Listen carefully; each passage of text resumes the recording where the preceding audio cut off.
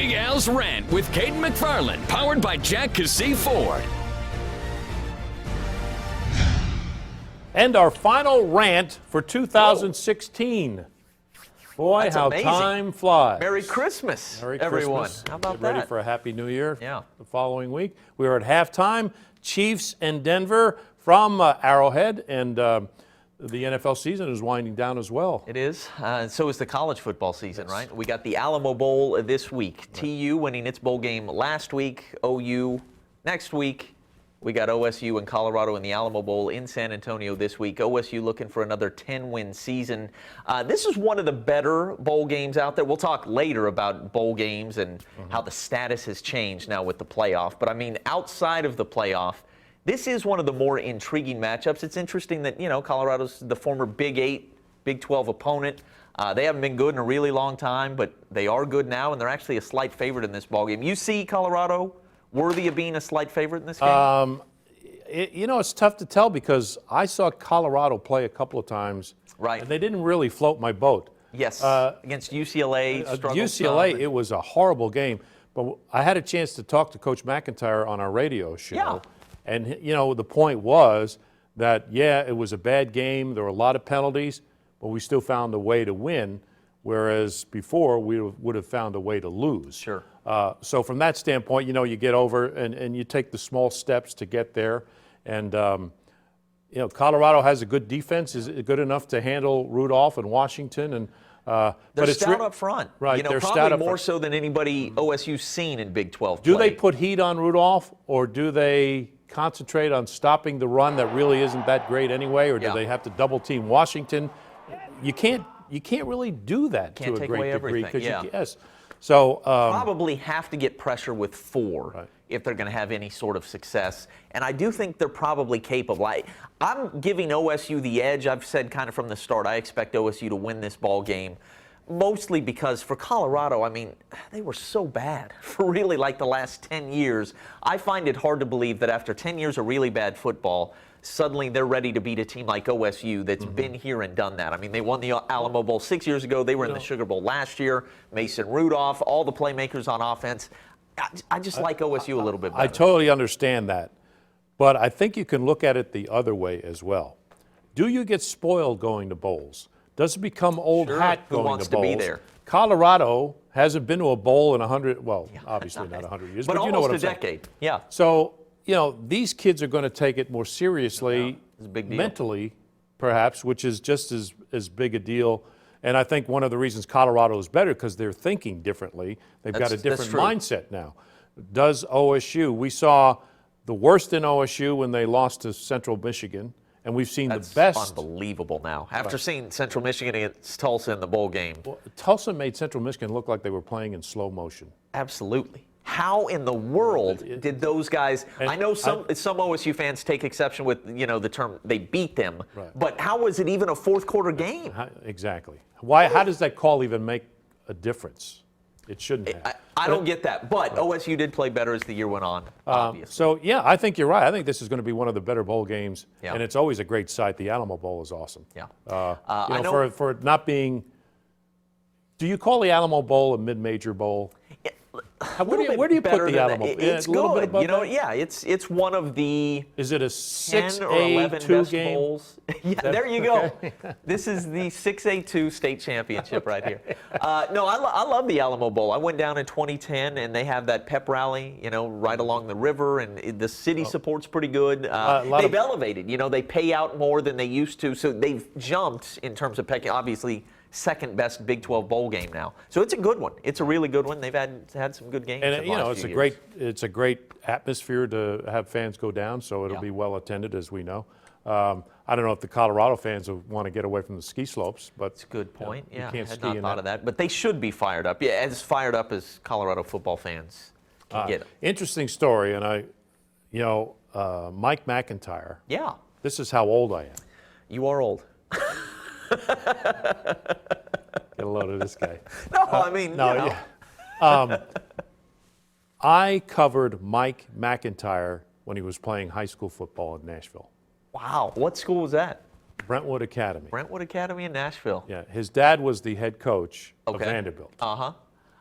And I covered him playing in Brentwood Academy, and I also covered him. I covered his signing. They had it at his house. And now he's the coach of the year. Now he's the coach of the year. That's pretty neat. You had him on the radio this week. Yes. And there was a story that we did with his dad. It was the day when sports did a lot of those music video things. And Vanderbilt was just starting to get it going again, but they hadn't beaten Tennessee at home in a long time, and Tennessee was coming to town. And Ghostbusters was the big hit at the time. Yeah. So I had McIntyre do a little Ghostbusters music video with us. Creative. With the teams, to get rid of the ghosts. Do you have that? It's somewhere. We're going to have to dig that up. Yeah. That sounds. So it was, but he was great. Creative. I mean, a lot of coaches. I'm not going to get involved in something stupid like that, but he did it. He went along. His son seems like a pretty. I don't want to say laid-back cat, but certainly. Level-headed guy. Right. Level-headed guy. When I've heard him speak, I've certainly thought that. So next week, January the 2nd, we've got the Sugar Bowl. OU in the Sugar Bowl for the second time in 4 years, I guess it is.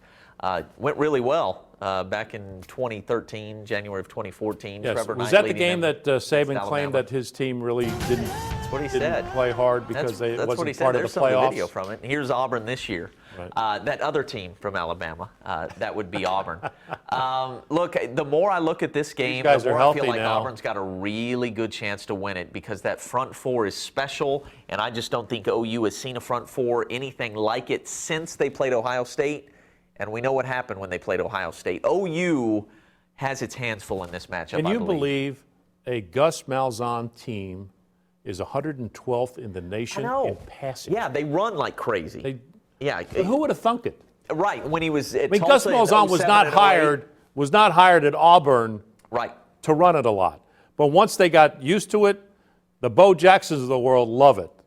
No doubt. Right. He's those are the guys you have to please there. Very adaptable. Right. And, at Tulsa they ran well, but you certainly thought of them as pass first. Led the nation in offense back-to-back years. And then he won the national title as offensive coordinator at Auburn with Cam Newton, who could do both. But, yeah, they are a run-first spread now, like, Rich Rodriguez used to be at West Virginia, along those lines. And I think that does play into OU's hands because when they can make you one-dimensional, that's when the Stoops brothers are at their best defensively. Auburn's basically one-dimensional coming off the bus. Obviously, they can't throw it a lick. Right. But like I say, I'm worried about OU being able to get over, let's say, 30 points, which is, that's a breeze for them in Big 12 play. They're going to have to be on their P's and Q's, mind their P's and Q's, dot the I's and cross the T's. They're going to have to do all the little things defensively because I don't think they can give up 3 or 4 touchdowns against Auburn and feel good about things. And they give up 3 or 4 touchdowns in their sleep most of the year. But they can score 3 or 4 touchdowns in their sleep, too. They can, usually. I think that the month to prepare helps that OU defense some because I did feel like they were scrambling all year long, right? With the injuries, they were scrambling, and they did play better as the year went on. I think the month to work on it probably does help. I think OU wins, but I think it's really close. How much do you think OU has to monitor the questions surrounding the Mixon situation? It's gonna be a problem. Not just with the coaches. Every player is going to be asked, how was he as a teammate? Sure.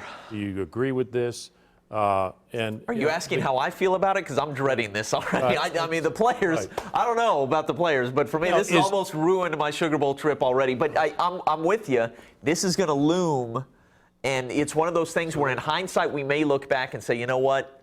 I think that was a distraction. I think it was something that hurt. Well, we've seen whenever it does a disservice to the team because that's the only thing they have to answer. They don't answer the X's and O's questions now, or how excited are you being at the Sugar Bowl?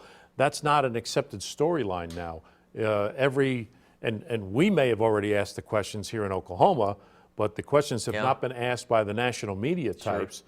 And there's going to be more national media there because of the situation involved. Can always go one of two ways. It can be a distraction for you, or you can kind of circle the wagons and make it a rallying point. Exactly, and it depends on how Bob Stoops. And he's just like a rat in the corner. He loves that. He relishes that stuff. So it'll be interesting to see how that is handled in New Orleans. Now I don't know if you saw this week. Nick Saban, LeGarrette Blount.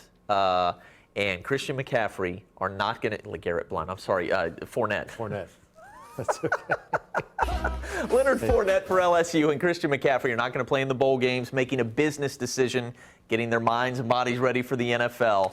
And I told you last week, before Nick Saban said it, I thought that this, right here on the rant, said this is because of the playoff. We only care about the playoff now. I'm talking about the media.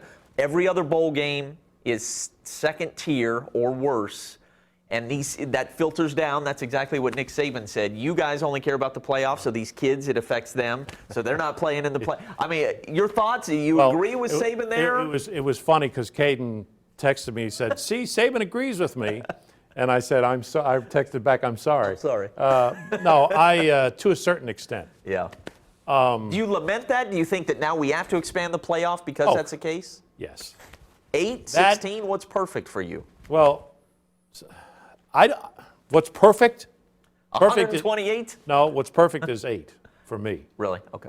All conference champions 4 get is an good, automatic but bid. because of this situation, and I think this is a runaway train. Yeah. I really think that there's going to be more than 3 or 4 players decide that they're going to do the same thing. Agreed. Whether they're NFL ready or not. Sure. Kids just don't listen.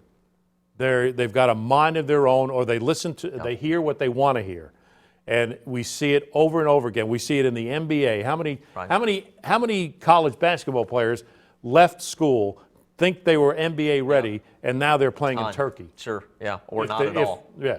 So, and Nick it's the Saban same and I may be on an island together, but I want to No, go back to 11 regular season games. No. And the big bowl games on January the 1st, and then we just pick a champion, and it was imperfect, but it was the best regular season in sports. I just think it's rich coming from Saban, who, has been to every playoff except one year. That's why he's the guy who can say it, I think. I do respect him for saying that because of that. I mean, this system benefits him. All he's got to do is beat the SEC, and he's guaranteed a spot. Right. This system works pretty well for Saban. So you're a That's Nick awesome. Saban Yeah, I'm a fan, Nick Saban guy this week. You don't even Never live in thought Alabama. I'd see the day. No, sure don't. Don't want to either. Yeah, that's not one Merry of my. Christmas. Yeah. Yeah. All right, where are we here? We're done. We're done? We're done. All right. Back to the Enjoy the game. rest of the game, everybody, and Happy New Year. Absolutely.